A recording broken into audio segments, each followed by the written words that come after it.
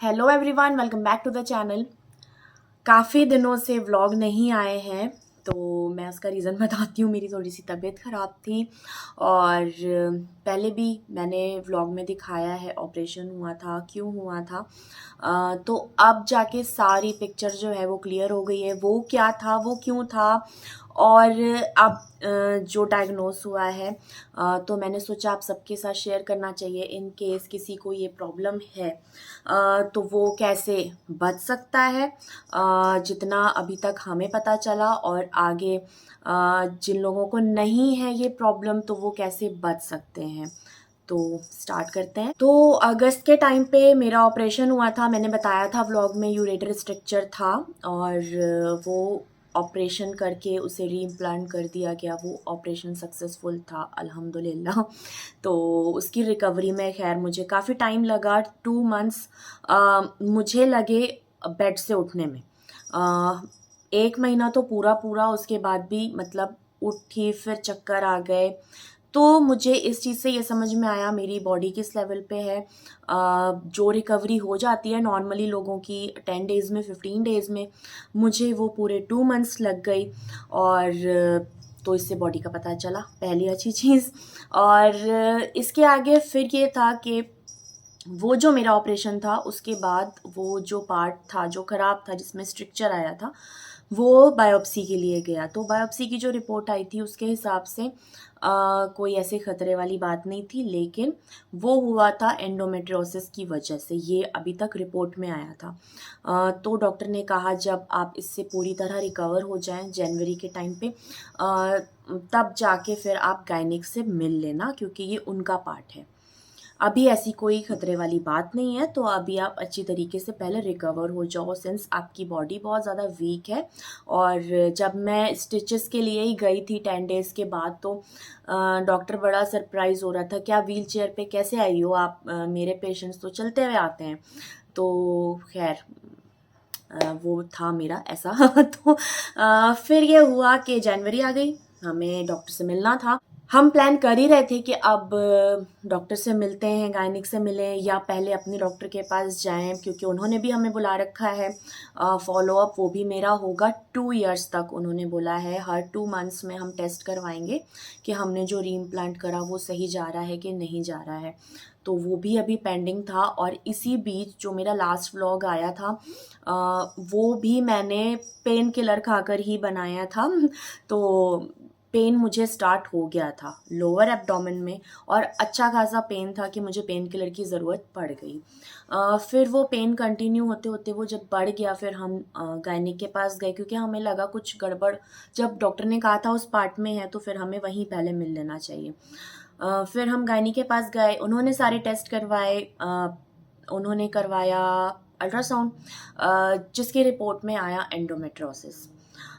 Fibroids भी हैं कुछ थोड़े, उन्होंने कहा। लेकिन वो डरने वाला पार्ट नहीं है। डरने वाला पार्ट है एंडोमेट्रोसिस, जो पहले बाहर निकल कर ख़राब कर रहा था यूरेटर को, अब वो ख़राब कर रहा है इंटेस्टाइन को। तो ये थोड़ी सी डरने वाली बात हो गई। और अब जिनको थोड़ा सा पिक्चर क्लियर नहीं हो रही है एंडोमेट्रोसिस के बारे में, तो मैं बहुत ही आसान लफ्ज़ों में अगर बोलूँ तो एंडोमेट्रोसिस यूट्रस के अंदर की चीज़ है। वो चीज़ें, वो टिश्यूज़ जो यूट्रस के अंदर होने चाहिए वो बाहर आ जाएं। कुछ ऐसी चीज़ है जो आपके ऑर्गन्स अलग अलग अलग तरीके से काम कर रहे हैं, लेकिन उनके कुछ हिस्से अगर बाहर निकल आए जो उनकी जगह नहीं है, तो वो जब दूसरे की जगह में पहुंचकर उसे ख़राब करना शुरू करते हैं, तो फिर प्रॉब्लम होती है।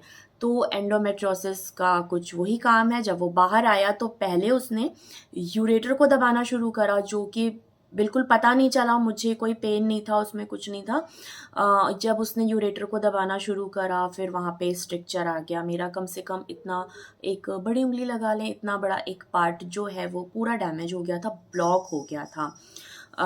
तो अब जो वो है वो काम कर रहा है इंटेस्टाइन के साथ, सेम चीज़। प्लस इसकी वजह से उसने इतना ज़्यादा ऑर्गन्स को आपस में मिला जुला दिया है कि यूट्रस कहीं पीछे पहुंच गया है, इंटेस्टाइन जो साइड में होनी चाहिए वो उसके ऊपर से जा रही है। तो कुल मिला के मेरे जो सारे ऑर्गन्स हैं वो काफ़ी ज़्यादा प्यार मोहब्बत से, मेल मोहब्बत से आपस में मिलजुल गए हैं। तो खतरे की बात, ऑपरेशन हो नहीं सकता, अगर होगा तो वो रिस्की होगा।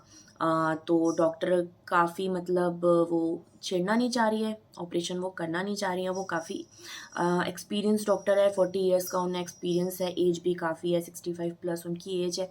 उसके बाद भी एक्सपीरियंस को देखते हुए भी वो हाथ नहीं डालना चाह रही हैं, तो फिर हम उन्हीं के साथ ही कंटिन्यू कर रहे हैं। देखते हैं अब वो जिस तरीके से ट्रीटमेंट करती हैं, क्या करती हैं। तो ये थी अभी तक मेरी पूरी हिस्ट्री जो अगस्त से लेकर पूरी चली जनवरी तक।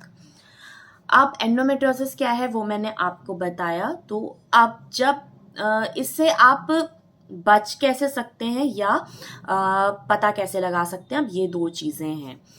पता लगाने का ऐसा है, अब यूरेटर में जो स्ट्रक्चर हुआ वो बिल्कुल साइलेंटली हुआ, कुछ पता नहीं चला मुझे।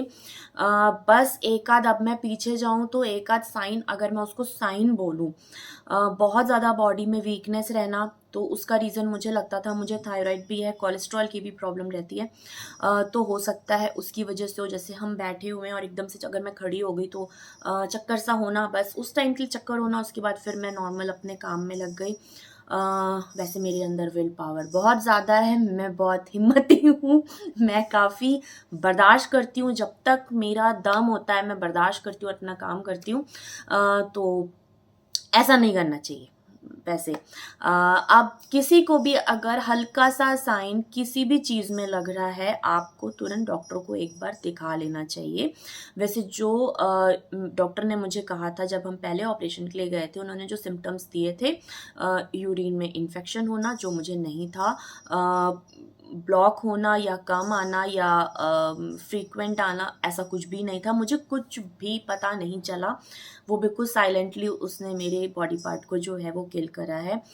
लेफ़्ट साइड की जो मेरी किडनी है उसने काफ़ी डैमेज कर दिया, वो सिर्फ अभी 35% वर्क कर रही है। तो चलिए अल्लाह का शुक्र है, वक्त रहते पता चल गया और हमने उसका ट्रीटमेंट करवा लिया।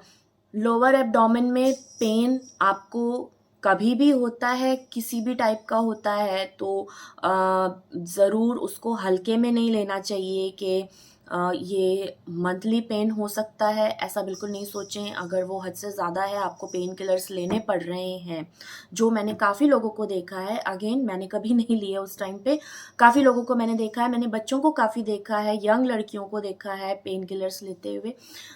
तो वो भी गलत है, एक बार ज़रूर कंसल्ट करना चाहिए कि ऐसा क्यों है। एक डॉक्टर अगर आपको सेटिस्फैक्ट्री आंसर नहीं दे रहा है तो आपको दूसरे के पास जाना चाहिए, तीसरे के पास जाना चाहिए। ये चीज़ें इतनी ज़्यादा नाजुक हैं और हम इतना लाइटली लेते हैं इन चीज़ों को, बस अवॉइड करते रहते हैं कि अरे ठीक है थोड़ा सा दर्द हुआ था, पेन किलर खा लिया, अरे ठीक है थोड़ा सा चक्कर आ गया था, लेकिन अब मैं ठीक हूँ, अब मैं ये काम कर लूँ, वो काम कर लूँ। लेकिन ये आपको अंदर से कितना ज़्यादा डैमेज कर जाता है ना, आपको अंदाज़ा भी नहीं होगा। सिर्फ ये एंडोमेट्रोसिस जो है वो आपके यूट्रस वाले पार्ट को नहीं, ये आपके बाकी ऑर्गन्स को भी काफ़ी इफेक्ट कर जाता है। जैसे अब मेरे केस में उसने किडनी ख़राब कर दी है, अब वो इंटेस्टाइन की तरफ है, बहुत सारे लोगों में ओवरीज भी ख़राब कर देता है, तो वो पूरे ही पेट में एक हिसाब से आपके वो हमला करता है। इसलिए बिल्कुल भी अपने किसी भी पेन को लाइटली ना लें। कभी भी पेन हो और आपको पेन किलर्स की ज़रूरत पड़ रही है तो एक बार अपना प्रॉपर आप पूरा डायग्नोस करवा लें कि क्या रीज़न हो सकता है, और तब तक आपको छोड़ना नहीं चाहिए डॉक्टर को जब तक आपको सेटिस्फैक्ट्री आंसर नहीं मिल रहा। हमें अंदर से खुद से आवाज़ आ जाती है कि अब कुछ हमारी बॉडी हमें ना बताती है कि मैं ठीक नहीं हूँ। उस इंडिकेशन को ज़रूर सुनना चाहिए, और ये सिर्फ हेल्दी लोगों पे नहीं है। बहुत ज़्यादा कोई बहुत पतला है वो सोचे मैं बहुत पतला हूँ, मैं बिल्कुल फिट हूँ, तो ऐसा नहीं है। इसका मोटापे या पतलापे से कोई लेना देना है नहीं। ये जिसको होना है तो वो होगा। अभी तक जो भी मैंने रिसर्च करा इसके बारे में, तो इसका कोई ऐसा इलाज नहीं है। इसका फाइनल इलाज होता है यूट्रस को रिमूव कर देना और आपका सारा सिस्टम, ओवरीज भी रिमूव कर देना। वो सारा ही आपका निकाल के वो बाहर फेंक देंगे, जो कि मेरे केस में आसान नहीं है और हो सकता है काफ़ी लोगों के साथ ये हो जो इजी ना होता हो, क्योंकि ये मोस्टली यही काम करता है कि आपके सारे ऑर्गन्स को आपस में मिला देता है, जिसकी वजह से ऑपरेशन काफ़ी रिस्की हो जाता है। तो अब इससे जो जिनको नहीं हुआ है वो बच कैसे सकते हैं, जिनको हुआ है वो कैसे बच सकते हैं, उसका एक ही रास्ता अपना लाइफस्टाइल चेंज करना। अभी तक की जितनी मेरी रिसर्च है, जो भी मैंने रिसर्च करी अपने लिए, उसके अकॉर्डिंग निचोड़ जो आया है वो लाइफस्टाइल ही आया है। लाइफस्टाइल से मतलब है कि सबसे पहले तो एक्सरसाइज को अपने रूटीन में आप ज़रूर लेकर आएँ। आप चाहे इस चीज़ से आप जूझ रहे हैं या नहीं जूझ रहे हैं, आपको एक्सरसाइज ज़रूर करना चाहिए। कोई भी लेडी अगर ये सोच रही है मैं फिट हूँ, मुझे कोई प्रॉब्लम नहीं होती है, उसके बाद भी आपको नहीं पता चीज़ें अंदर किस तरीके से वो साइलेंटली ऑर्गन्स को किल करते हुए और फिर आपको किसी दिन सरप्राइज कर दें। इसलिए अपना लाइफस्टाइल चेंज करना बहुत ज़रूरी है। सबसे पहले आता है एक्सरसाइज और दूसरे नंबर पे आता है खाना पीना अपना। और ये मैंने मोस्टली हर जगह सुना और पढ़ा कि खाना पीना चेंज करने से अपना काफ़ी हद तक हम इस चीज़ को रोक सकते हैं और ख़त्म भी कर सकते हैं। तो उस चीज़ को, अपने रूटीन को थोड़ा सा चेंज कर लें। जो भी आप जंक खा रहे हैं, प्रोसेस्ड फूड खा रहे हैं, आजकल ये सबसे ज़्यादा जो इन चीज़ों का जिम्मेदार है वो पैकेट फूड और ये प्रोसेस्ड फूड होता है। हम जाने अनजाने किसी के भी घर में फ्रिज खोल कर देखें, हम जाने अनजाने कितनी चीज़ें ले आते हैं, प्रोसेस्ड होती हैं जो, और हमें लगता है बस ठीक है ये तो चल रहा है, ये तो सब खाते हैं। तो ऐसा नहीं करें, बिल्कुल मतलब सोच कर खाना है कि आप क्या खा रहे हैं। और ये मैं इसलिए अब बहुत ईजिली कर रही हूँ क्योंकि मैंने 1.5 साल पहले होम्योपैथिक ली थी अपने कोलेस्ट्रॉल के लिए। उस टाइम पे भी डॉक्टर के हिसाब से मैंने कुछ चीज़ें चेंज करी थी। उन्होंने कहा था एक्सरसाइज और अपना खाना पीना, उन्होंने कहा था थोड़ा सा अर्ली कर लो शाम का, तो उनके अकॉर्डिंग मैंने करा था उस टाइम पे भी। वो मेरी बॉडी को बहुत ज़्यादा सूट किया था। उस टाइम मैंने 6-8 महीने उनकी दवा खाई। फिर कोविड के चलते वो भेज नहीं पा रही, लेकिन मुझे उस रूटीन से काफ़ी फ़ायदा मिला था। एक्सरसाइज तो कम, लेकिन मैं योगा करती थी और वॉक करना शाम को या सुबह जब भी टाइम मिले, और योगा लेकिन मैंने कंटिन्यू करा और खाना पीना मैंने चेंज करा। खाने पीने का ऐसा है कि आप पीछे जाकर देखें, जो हमारे दादा परदादा और उनके पहले के जो लोग थे वो शाम को 6 बजे के बाद नहीं खाते थे। मैक्सिमम वो 7 बजे के बाद वो नहीं खाते थे। हमारा रूटीन ऐसा हो गया है कि हम रात को खाना खाते हैं 9 बजे, 10 बजे, कभी कभी 11 बजे, और खाते हैं हम हैवी। किसी के भी घर में, किसी भी रिलीजन में आप उठाकर देखें, पूछें आपके दादा परदादा क्या खाते थे, तो वो कहेंगे दलिया या चटनी रोटी या सब्जी रोटी। बहुत मैक्सिमम तो सब्जी रोटी, लेकिन मैंने मोस्टली सुना है कि दलिया और चटनी रोटी या इस टाइप की चीज़, हल्की चीज़ खाकर सोते थे, जल्दी सो जाते थे, ताकि जब गैप मिलेगा 12-13 घंटे 14 घंटे का बॉडी को, तो बॉडी खाने को पचाने के अलावा बॉडी अपनी साफ सफाई में भी लगती है उसके बाद। अगर आप उसमें खाना ही ठूंसते चले जाएंगे और ये भी हैवी खाना, तेल मसाले वाला, तो बॉडी फिर अपनी साफ सफाई कब करेगी।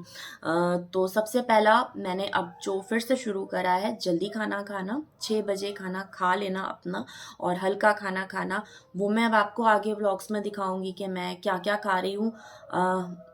इन केस किसी को रेसिपी चाहिए वो मैं दिखाऊंगी, अगर आपको चाहिए आप कमेंट करिएगा।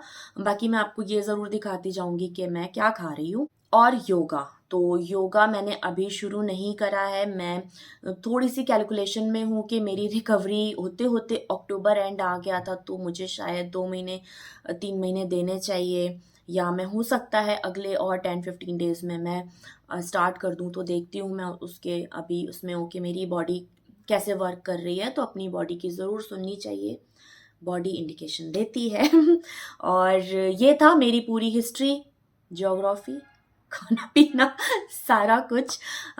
तो हाँ, और एक चीज़ जो मैं आपसे शेयर करना चाह रही थी कि मैंने जो लास्ट व्लॉग बनाया वो मैंने बताया जैसा कि मैंने पेन किलर खाकर बनाया। लेकिन आप लोग वो व्लॉग अगर दोबारा देखेंगे आप लोगों को अंदाज़ा नहीं होगा कि मैं पेन किलर खाकर व्लॉग बना रही हूँ। इनफैक्ट उसके भी और पहले का जो व्लॉग था तब भी पेन में मैं थी, मैंने पेन किलर खाई नहीं थी उस टाइम। तो ये है कि भाई मैं व्लॉग मेरे बच्चे भी देखते हैं और मैं पेरेंटिंग के ऊपर भी काफ़ी वीडियोस बनाती हूँ, तो मैंने सोचा ये भी एक चीज़ आप सबके साथ शेयर करती चलूँ। बच्चे जो है ना वो हमारे वर्ड से ज़्यादा कि आप हिम्मत रखो और आप ऐसा मत करो वैसा मत करो, हमारे एक्शंस देखकर वो सीखते हैं। ये हमने हमेशा सुना होगा, हमेशा ये बात सबने सुन रखी होगी कि बच्चे जो हैं वो माँ बाप के एक्शन देखकर ही सीखते हैं। तो ये मेरा एक ऐसा पीरियड था ना 6-8 महीने का, 6 महीने का करीब करीब, कि मैं बहुत ज़्यादा एग्जॉस्ट हुई मेंटली, फिजिकली तो मैं हुई भी और मेंटली भी बहुत ज़्यादा हुई। उसके बाद भी मैंने बहुत ज़्यादा हिम्मत दिखाई और मैं वापस व्लॉग की तरफ भी आई, मैंने व्लॉग बनाए। और ताकि मेरे बच्चे जब ये चीज़ें देखें तो स्पेशली मेरी लड़की जब वो देखे तो उसको हमेशा मुश्किल वक्त में हिम्मत मिले कि मेरी माँ किस तरीके से उस टाइम पे क्या फेस कर रही थी और वो कैसे हिम्मत दिखाती थी, क्योंकि बच्चे देख रहे होते हैं मैं कैसे दर्द में तड़प रही होती हूँ और फिर मैं आधा एक घंटा अपना लेकर और फिर मैं खड़ी होती हूँ और फिर मैं hello everyone, welcome back to my channel. Smile के साथ मैं वेलकम करती हूँ। तो मैं चाहती हूँ मेरे बच्चे वो चीज़ें देखें और सीखें और अपनी ज़िंदगी में भी, जब भी उनकी ज़िंदगी में, वैसे अल्लाह ना करे कभी टफ टाइम आए, लेकिन मैं इंसान बना के हम सब उतारे गए हैं तो टफ टाइम तो सबको मिलना है। तो हम बस दुआ कर सकते हैं कि हमारी भी आजमाइशें थोड़ी सी कम हो और हमारे बच्चों के ऊपर भी उतनी ही आए जितनी वो बर्दाश्त कर पाए। तो जब भी उनकी ज़िंदगी में ऐसा टफ टाइम आए तो वो याद करें कि उनकी माँ ने कैसे हिम्मत रखी थी और कैसे ऑपरेशन से भी लड़ने के बाद और फिर घर में भी इतनी ज़्यादा वीकनेस, कई बार ज़मन उठा के मुझे बाथरूम लेकर जाता है, वो सारी चीज़ें मैं नहीं दिखाना चाहती, क्योंकि मैं नहीं चाहती मेरे बच्चे वो चीज़ याद रखें, तो मैं रिकॉर्ड भी नहीं करती हूँ वो सारी चीज़ें, कि वो चीज़ें वो देखें, मेरी तकलीफ़ देखें और बार बार परेशान हो वीडियोज़ में देखकर। तो मैं वो सारी चीज़ें रिकॉर्ड नहीं करती हूँ और मैं सिर्फ ऐसी चीज़ें रिकॉर्ड करती हूँ जिससे आगे जाके भी मेरे बच्चे पलट कर मेरे व्लॉग्स देखें तो उनको हिम्मत मिले, आगे उनके बच्चे देखें तो कहें हमारी दादी नानी काफ़ी स्ट्रॉन्ग थी, ऐसी चीज़ें होने के बाद भी स्ट्रॉन्गली खड़ी हुई थी और लड़ रही थी और लोगों को भी सलाह दे रही थी। तो मैं ये चाहती हूँ, इसलिए मैं नहीं बताती चीज़ें अपनी। तो ये चीज़ें हैं। हाल फिलहाल डॉक्टर ने मुझे मेडिसिन पे रखा हुआ है 6 मंथ्स, देखते हैं फिर दोबारा से सारे टेस्ट होंगे। वो ये देखेंगी कि बॉडी मेरी कैसा रिस्पॉन्ड कर रही है मेडिसिन के ऊपर। ठीक चलता है तो मेडिसिन मेरी और कंटिन्यू हो सकती है, अदरवाइज़ ऑपरेशन। तो आप सब दुआ करिए ऑपरेशन की तरफ मुझे ना जाना पड़े, क्योंकि वो बार बार कह रही हैं कि मेरा ऑपरेशन जो है वो इजी नहीं होगा, वो थोड़ा सा रिस्की साइड पर है। तो बस दुआ करिए आप सब कि मुझे वहाँ पे ना जाना पड़े और मेडिसिन से ही मेरा काम बन जाए। अब जो मेडिसिन चल रही हैं मेरी, और कोई भी मेडिसिन अगर लॉन्ग टर्म के लिए चलती हैं, मेडिसिन के साइड इफ़ेक्ट्स भी होते हैं, तो देखते हैं उन चीज़ों से कैसे निकल सकते हैं, या क्या अभी तो मुझे खाते हुए मुझे लग रहा है शायद 10 डेज़ हुए हैं, और देखते हैं 1 मंथ हो जाए तो फिर पता चलेगा बॉडी किस तरीके से कोई साइड इफ़ेक्ट दिखा रही है या नहीं। ऑलरेडी मुझे थायराइड की प्रॉब्लम है, कोलेस्ट्रॉल मेरा बढ़ा होता है, मुझे एंजाइटी की भी प्रॉब्लम हो जाती है कभी कभी, तो वो सारी चीज़ें भी हैं। ऑपरेशन ही के बाद काफ़ी ज़्यादा उसकी रिकवरी में जब इतना टाइम लग गया तो अगेन मैं कहूँगी मैं बहुत हिम्मत दिखा लेती हूँ, लेकिन भाई इंसान है, इंसान टूटता भी है, तकलीफ़ भी होती है, जिस्म को तकलीफ़ होगी तो दिमाग को भी तकलीफ़ होती है। तो मैंने जो गो थ्रू करा 6 महीने में, वो बहुत ज़्यादा एंजाइटी भी थी। अगेन वो अब मैं बता रही हूँ आपको, व्लॉग्स में आपको नहीं देखा होगा, मैंने बहुत ज़्यादा, मुझे नींद नहीं आती थी और रात में कई बार नींद मैं खुल जाए तो फिर दोबारा नींद आने में दिक्कत होती थी। तो चल कुछ नहीं रहा होता दिमाग में, जिनको भी एंजाइटी होती है, डिप्रेशन होता है, वो समझ सकते हैं, चलता कुछ नहीं है, बस अजीब सी चीज़ें हो रही होती हैं। तो फिर इसका इलाज ये है कि आप अपना माइंड डाइवर्ट कर लें। मैंने ये रास्ता निकाला था, फिर हम कैट्स लेकर आए, जैसा आप व्लॉग में देख ही चुके हैं ऑलरेडी। पहले हम बाबर को लेकर आए, फिर लगा थोड़ा सा 20% दिमाग खाली है कहीं ना कहीं, तो लगा फिर एक और लेकर आते हैं, तो पूरा ही दिमाग जो है वो ऑक्यूपाई हो जाएगा। और अब मुझे ख्वाब भी बाबर और केविन के आते हैं, मैं रात में भी उनके साथ खेल रही होती हूँ, तो मुझे बस अब वही दिखाई देते हैं, मुझे और कुछ दिखाई नहीं देता। तो हाँ, अपना माइंड डाइवर्ट करें, आपको जो भी अच्छा लगता है वो काम करें, बिजी रहें। और प्रॉब्लम्स तो देखिए होंगी, सबके साथ होती हैं, हेल्थ इशू नहीं तो कोई और इशू, तो प्रॉब्लम्स तो लाइफ का हिस्सा है, वो तो आती ही रहेंगी। अब बात ये होती है कि आप रिस्पॉन्ड कैसा कर रहे हैं। या तो बहुत सारे लोग हैं, सर के दर्द में भी वो बिस्तर पकड़ लेते हैं, वो लेट जाते हैं कि आज हमारा सर में दर्द हो रहा है, आज हम कोई काम नहीं करेंगे। और मैंने बहुत सारे ऐसे हार्ट पेशेंट देखे हैं, मैंने कैंसर पेशेंट्स देखे हैं, जो इतना कुछ होने के बाद भी हिम्मत से डटे रहते हैं।